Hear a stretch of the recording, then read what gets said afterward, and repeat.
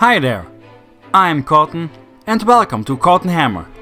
Today we are gonna do something different and cover something that I haven't seen too much from on YouTube. The Tau Septs. As in, all of them. Not just the half a dozen that actually matter. Which is why this video will be in multiple parts. So, without further faffing about, let's see what the blueberries do to their worlds when left alone. So, what even is a Tau Sept? A sept is not a singular planet, but basically a small realm, usually a single star system. The sept is usually named after the capital planet of the system. A sept is ruled by a council of 6 members. 1 member each of the 5 Tau castes, that is, fire, water, air, earth, and of course, the ethereal caste. The 6th spot is for any of the Tau's allied alien races, like a Kroot or Vespid, who acts as an observer and gives input from an outside view. And if they are smart enough, that view aligns perfectly with what the ethereals want. Not that it matters, because in the end, the ethereal gets the final word anyway. The council basically only exists to give the other 5 members the chance to show that they can make the correct choice. All septs have their own symbol and culture, which is usually derived from the original sept that colonized them, though the older septs deviate quite a lot from the original Tau, their culture being more influenced by how they had to survive in the early days of colonization. But the greater good philosophy sticks with all of them. We are gonna cover all of them in these videos. Another thing you should know before we continue are the expansion phases. Each expansion phase is a time where the Tau Empire makes a large coordinated push to conquer more territory, usually in all directions, which is why the end result is called a sphere of expansion. So like, everything that was conquered during the 2nd expansion phase is now part of the 2nd sphere of expansion, and so on. The first sept, which is not in any sphere of expansion, is of course Tau, the homeworld of the Tau race. Basically Terra for blueberries, but obviously not as glorious. Tau is an arid planet with a large landmass that's covered in savannas and plains. Like, the white scars would love this place. The few spots that are actually fertile are used for farming, while massive cities reach up into the skies. But unlike a hive city, which are built for efficient clumping together of imperial property, the Tau cities are made with form in mind as well, covered in white marble and with a look on clear skies from everywhere in the cities. Obviously the capital city is located here, but we have no idea what it looks like, since the Tau haven't allowed a single human to enter it. Imperial ships that were in Tau's orbit for diplomatic missions tried to spy on the city, but some heretical Tau tech blocks all attempts. I'm going to cover the detailed history of Tau in a later video, but let's move on to the other septs for now. So, let's cover the first sphere of expansion next. These are basically the Tau capital worlds, and the absolute center of the Tau Empire. Basically everything that's worth talking about is located in one of these septs. The first expansion sphere lasted over 1000 years, but due to how isolated the Tau are compared to the rest of the galaxy, nobody important really took notice. Keep in mind that the Tau's technology advances at a ridiculous pace. At that point, they had most of the weapons they use now in the 42nd millennium, but their fleets didn't even have sub-light speed travel yet. They would acquire that sometime later. So it took a while to get to places. Are we there yet? No. Are we there yet? No. The only reason the first sphere expansion stopped where it stopped was because they were colonizing way too fast and couldn't breed fast enough to keep up population numbers on each planet. So yeah, do with that information what you want. Anyway, first of these is Taun, the first world the Tau colonized, and they immediately got the brightest minds together to find a name. Like, seriously, Taun. That's like if we ever colonize Mars and rename it to Earth Fur. The Tau from Taun are especially curious. This has led them to become scouts, explorers, and I guess you could call them adventurers. The smaller scout vessels that explore beyond the borders of the Tau Empire in search of new worlds and species, and are then used as target practice by Imperial vessels, are usually from Taun. Taun is known for their massive shipyards, which produce not just military ships, but also merchant and transport vessels. Basically, if it's in space, Taun can build it. This has led the population of Taun to become mostly spacefarers, though the planet itself has an even spread of the castes. The orbital docks spanning the entire planet though are pure air caste territory. It's basically like Kuat from Star Wars.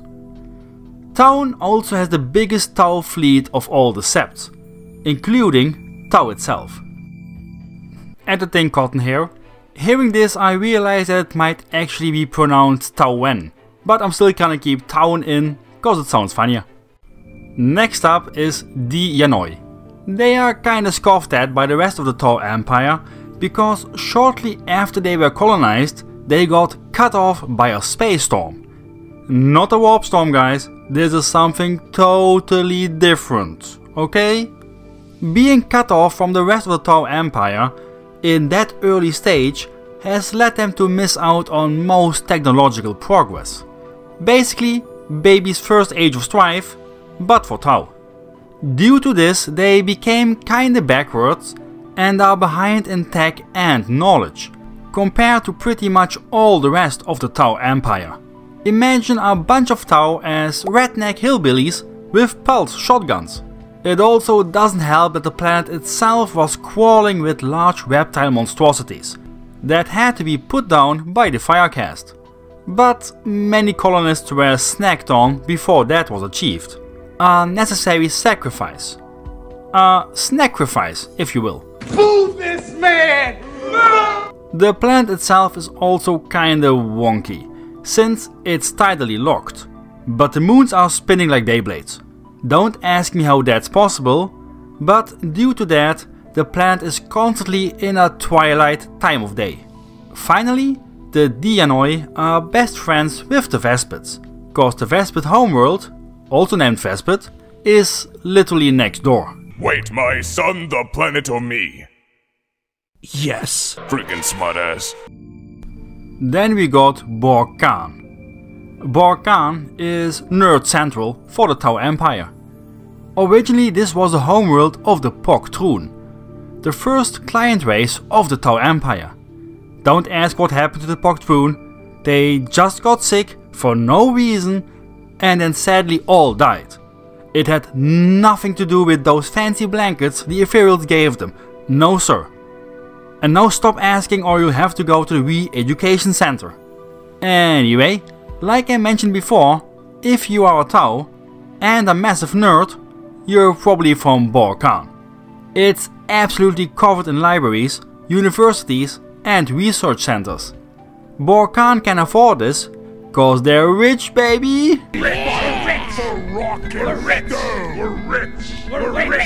Every moon surrounding that planet is basically made entirely out of precious metals. Imagine if our moon was made out of gold.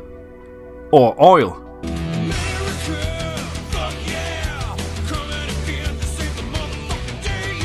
Now, due to the concentration of research on Borkan, they also develop all the new toys for the Tau military.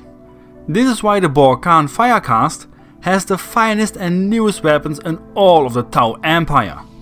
Borkan's status also led the Imperium to launch a raid on the planet to try and destroy as much of the research as possible to try and halt the Tau's scary advance in tech. Then there is Dalif. Dalif is the merchant planet. It has a ton of water caste, which help Dalif to stand out with their diplomatic relations, both within the Tau Empire and with outsiders. They trade with everything and everyone, both for coin, goods and services. If you see Tau weapons within the Imperium, with a Rogue Trader for example, he probably got it from a Dalif water caste trader. In stark contrast to that, Commander Puretide, the greatest Tau military genius that ever lived, comes from Dalif. Not much else to say. Dalif is kinda boring. What can you expect from a planet of politicians and used car salesmen? Next is Fal Shia. This is unofficially the Earth caste capital world. It's a whole world of architects and engineers. That's why, second only to Bor Khan, Fal Shia achieves most technological innovations. Fal Shia fire warriors are also usually the first ones to test new armor and weapons. But Cotton, didn't you just say that the Bor Khan get all the new toys? Yes, mass-produced and tested new toys. Before that, the Fal Shia are used as guinea pigs to test, which results in lots of casualties due to malfunctions. But the rest of the Tau Empire, and mostly Bor Khan, have gaslit Fal Shia into thinking this is a high honor. So they keep blowing themselves up with a smile on their face. What kind of deranged Wile E. Coyote shit is that? Now, for probably the most famous Tau world after Tau itself, Viola. Viola is the military powerhouse in the Tau Empire. Populated almost entirely by the fire caste, Viola produces not just the most fire warriors, but also the best. Where other worlds have a nice pub at every street corner, Viola has a military academy.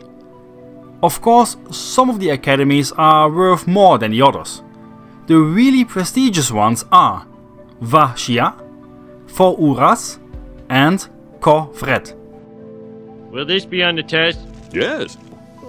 The Tau of Viola are also extremely aggressive, which has earned them the respect of other Tau because the Viola appear almost fearless in battle. Even their water caste members are known for being unusually direct and often like to threaten.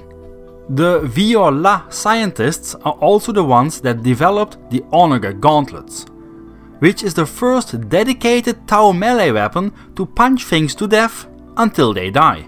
That should give you an idea what they are like. The famous Tau like Farsight and Torchstar also originate from Viola. Viola is also going to get its dedicated history video at one point, because some crazy shit went down there. It's basically the New York City for the Tau, by how often it gets attacked by some space nonsense. And lastly, from the First Sphere worlds, we have Sa Sia. Sa Sia is also a world that's highly militarized, second only to Viola.